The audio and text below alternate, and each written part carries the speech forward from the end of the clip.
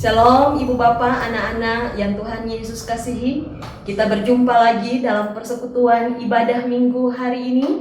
Dan firman Tuhan yang akan kita baca dan renungkan bersama terdapat dalam kitab Yehezkiel pasal 36 ayat 22 sampai 36. Yehezkiel 36 ayat 22 sampai 36.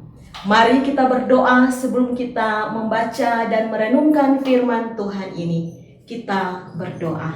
Bapa di sorga, terima kasih untuk kesempatan indah ini, untuk menikmati firman-Mu. Kami percaya Engkau hadir bersama kami, dan Engkau mau berbicara bagi kami. Kuatkan kami Tuhan, urapi kami dengan kuasa Roh Kudus, supaya kami dimampukan tidak hanya untuk mendengar, tetapi memahami lalu melakukan dalam kehidupan kami. Dalam nama Tuhan Yesus kami berdoa. Amin. Yehezkiel 36 ayat 22 sampai 36 berkata begini. Oleh karena itu, katakanlah kepada kaum Israel, beginilah firman Tuhan Allah. Bukan karena kamu aku bertindak, hai kaum Israel, tetapi karena namaku yang kudus yang kamu najiskan di tengah bangsa-bangsa di mana kamu datang. Aku akan menguduskan namaku yang besar yang sudah dinajiskan di tengah bangsa-bangsa, dan yang kamu najiskan di tengah-tengah mereka. Dan bangsa-bangsa akan mengetahui bahwa akulah Tuhan. Demikianlah firman Tuhan Allah, manakala aku menunjukkan kekudusanku kepadamu di hadapan bangsa-bangsa, dan mengumpulkan kamu dari semua negeri, dan akan membawa kamu kembali ke tanahmu. Aku akan mencurahkan kepadamu air jernih, yang akan mentahirkan kamu dari segala kenajisanmu, dan dari semua berhala-berhalamu. Aku akan mentahirkan kamu. Kamu akan kuberikan hati yang baru dan roh yang baru di dalam batinmu. Dan aku akan menjauhkan dari tubuhmu hati yang keras, dan akan kuberikan kepadamu hati yang taat. Rohku akan kuberikan diam di dalam batinmu, dan aku akan membuat kamu hidup menurut segala ketetapanku, dan tetap berpegang pada peraturan-peraturanku dan melakukannya. Dan kamu akan diam di dalam negeri yang telah kuberikan kepada nenek moyangmu. Dan kamu akan menjadi umatku, dan aku akan menjadi Allahmu. Aku akan melepaskan kamu dari segala dosa kenajisanmu, dan aku akan menumbuhkan gandum serta memperbanyaknya. Dan aku tidak lagi mendatangkan kelaparan atasmu. Aku juga memperbanyak buah pohon-pohonanmu dan hasil ladangmu, supaya kamu jangan lagi menanggung noda kelaparan di tengah bangsa-bangsa. Dan kamu akan teringat-ingat kepada kelakuanmu yang jahat dan perbuatan-perbuatanmu yang tidak baik.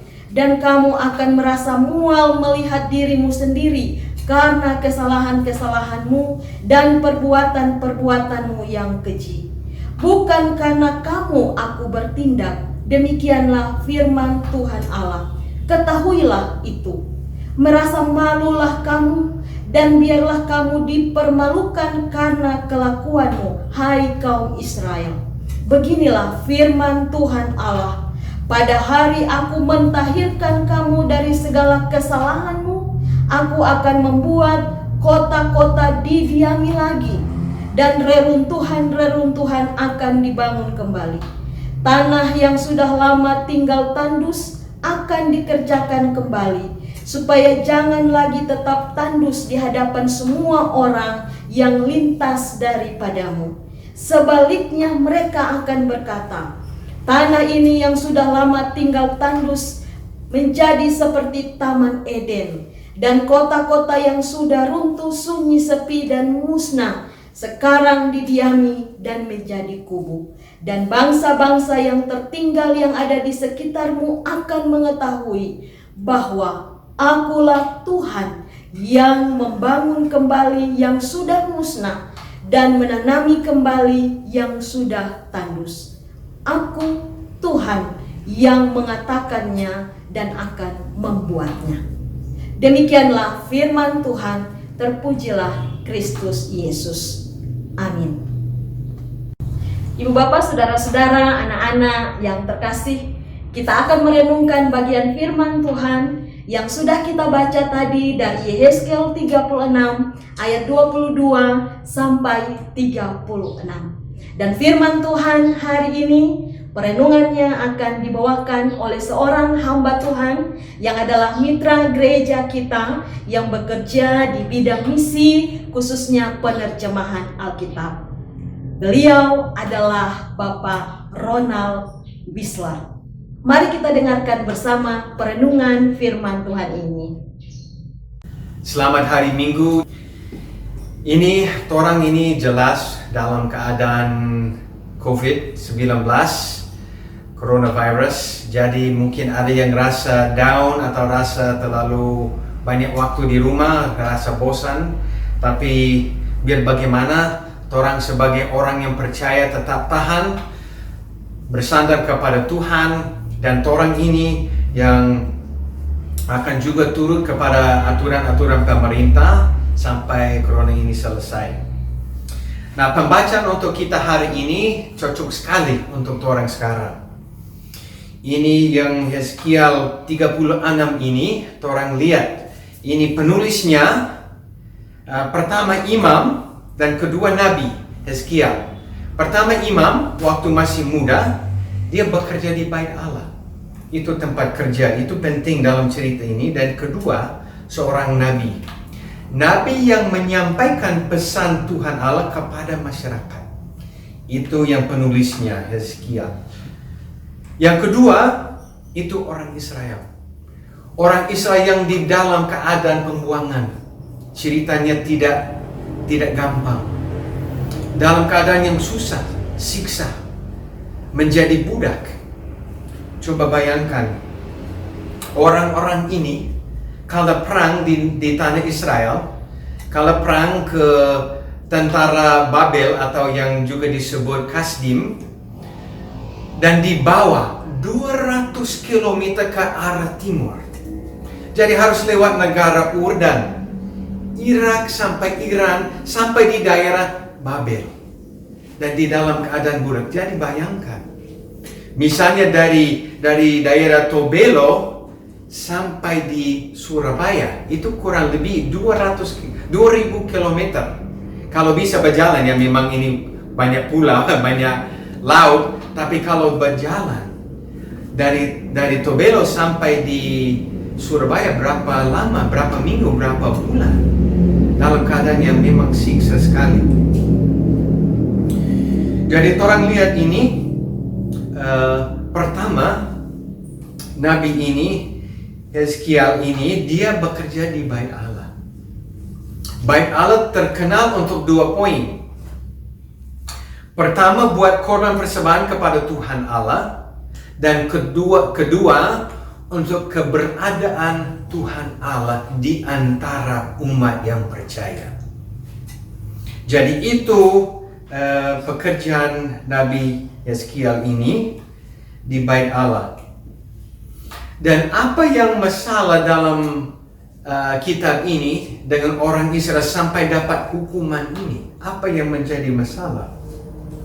Kalau orang lihat dan baca latar belakang, Tuhan Allah pernah bilang, jangan ada padamu Allah lain selain Allah. Jangan membuat patung yang merupai apapun. Jangan sujud menyembah kepadanya atau beribadah kepadanya.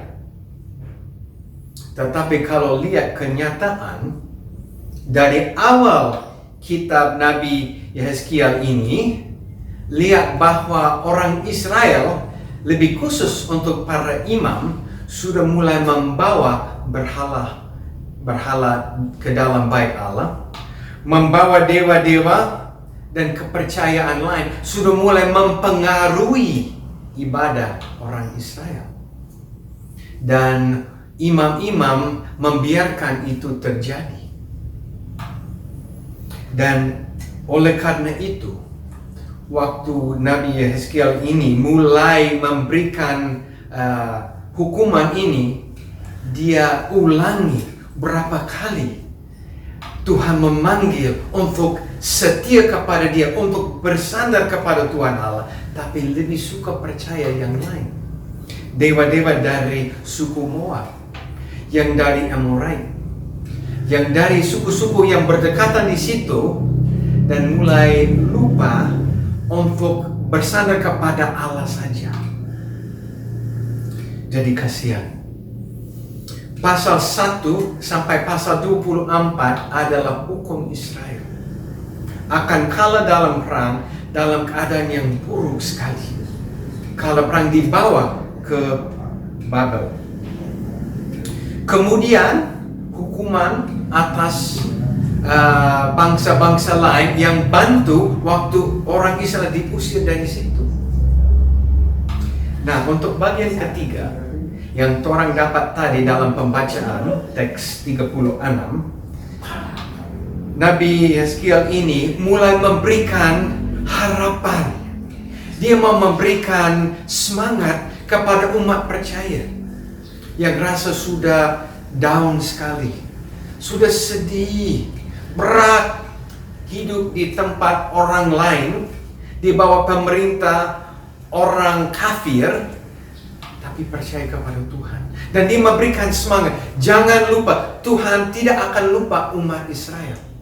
Walaupun banyak dosa, banyak kesalahan, banyak lupa untuk percaya kepada Allah saja, banyak campur dengan agama lain, Tuhan tetap akan ingat janji yang kepada Abraham. Perjanjian Abraham, dia janji lewat keturunan Abraham akan datang satu Mesias yang akan memberkati segala bangsa. Jadi biar bagaimana, Tuhan tidak selesai dengan bangsa Israel. Tuhan, dia boleh memberikan hukuman mati kepada bangsa Israel, tapi tidak mungkin ini, karena dia belum selesai dengan janjinya. Dalam teks tadi, 5 kali dapat kata najis. Nah, sering kali kalau kata najis, orang pikir barang atau yang haram dan lain-lain sebagainya. Tapi orang dapat dalam teks menajiskan nama Tuhan. Apa yang menajiskan nama Tuhan? Orang Israel tidak lupa Yahweh, Tuhan Allah, tapi menambah kepercayaan lain sampai ada orang sakit, oh panggil ini, panggil itu, bicara ini, pakai ini. Atau kalau ada orang mati, oh panggil ini, orang ada dewa, orang ada ini, orang ada itu, tambah. Sampai ada orang mungkin mau buka usaha, oh ini panggil ini, bikin korban ini, bikin ini, persembahan ini. Tambah, sampai Tuhan sudah tidak mau dengar itu lagi dan dapat hukuman. Nah, kita juga lihat 3 kali ada kata mentahirkan, membersihkan. Tuhan rencana, dia tidak selesai dengan orang Israel. Ya, dia bilang walaupun orang ini tidak melaksanakan aktivitas di bait Allah sesuai rencana Allah, Tuhan tetap akan membersihkan, memurnikan orang-orang ini. Dia pokoknya Tuhan akan kasih baik orang-orang ini. Saudara-saudara kita ini sekarang sudah tahu, setiap orang yang percaya kepada Yesus Kristus akan selamat. Orang ini dalam zaman Injil. Injil membuka akses kepada Tuhan Allah. Sekarang tidak ada bait Allah lagi, karena tidak perlu. Keberadaan Tuhan Allah ada di dalam diri orang percaya. Dan kalau ada kumpulan orang percaya, biar itu di rumah, Tuhan Allah hadir. Tidak seperti dulu, karena Tuhan buat hal yang baru. Yesus Kristus datang ke dunia, kunjungan ilahi. Dia datang mengajar hidup mati di kayu salib, bangkit, kenaikan, kemudian Roh Kudus datang pada hari Pentakosta. Tuhan Allah mempersiapkan jalan ini bagi saya dan saudara supaya orang boleh hidup. Bapak Ibu Saudara sekalian, orang ambil pelajaran dari teks ini. Orang diberikan kesempatan luar biasa dari Tuhan Allah yang bekerja. Dia memberikan jalan bagi saya dan saudara-saudara untuk percaya. Nah, kalau orang dapat kesusahan apa, orang tetap bersandar kepada Tuhan. Jangan orang ikut pola orang Israel yang orang dengar tadi. Banyak yang lari percaya, oh, orang dapat kesusahan, orang belum dapat bayi, orang mesti bikin obat ini, orang belum dapat ini, orang mesti bikin ini. Ini wabah corona ini terlalu berat, orang mesti bikin persembahan ini. Jangan. Orang bersandar kepada Tuhan yang memberikan jalan yang sangat luar biasa ini untuk orang percaya. Tuhan Yesus Kristus akan selesaikan masalah ini, dan dalam waktu yang tidak terlalu lama, orang akan baku dapat lagi untuk beribadah.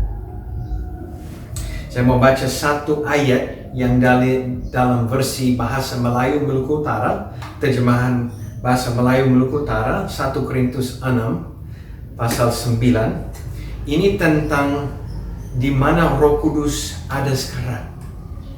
1 Korintus pasal 6 ayat 19. Ngoni su tahu toh, Roh Kudus tinggal dalam ngoni pe diri. Jadi ngoni sama dengan so jadi Tuhan Allah pe rumah yang Roh Kudus tinggal. Tuhan Allah yang kasih Roh Kudus itu pangoni. Kau ngoni pe diri itu bukan ngoni punya sendiri, tapi Tuhan Allah punya. Jadi sekarang ini ada yang sedih, tidak bisa masuk gereja. Tapi jangan lupa, Tuhan Yesus tidak perlu gedung. Tempat tinggal Roh Kudus adalah saya dan saudara yang sudah percaya kepada Yesus Kristus, yang sudah mengaku Yesus Kristus sebagai Tuhan dan Juru Selamat. Yesus Kristus ada di situ. Dan di mana orang kumpul, Bapak, Ibu, anak-anak, di mana orang ada, Yesus Kristus ada di situ. Orang boleh berdoa, boleh bersembahyang, boleh nyanyi, memuji Tuhan. Di situ Tuhan Yesus ada. Dan orang ini syukur, orang mau tetap setia kepada Tuhan dalam konteks ini. Dengan biar bagaimana dapat susah, bagaimana menghadap apa, orang bersandar kepada Tuhan Yesus Kristus. Terima kasih. Amin. Jadi kita sudah dengarkan bersama renungan firman Tuhan yang disampaikan oleh hamba Tuhan Pak Ronald Wisler. Semoga firman Tuhan tadi menjadi berkat buat orang semua. Tuhan Yesus memberkati. Sampai jumpa di lain waktu, lain kesempatan. Shalom.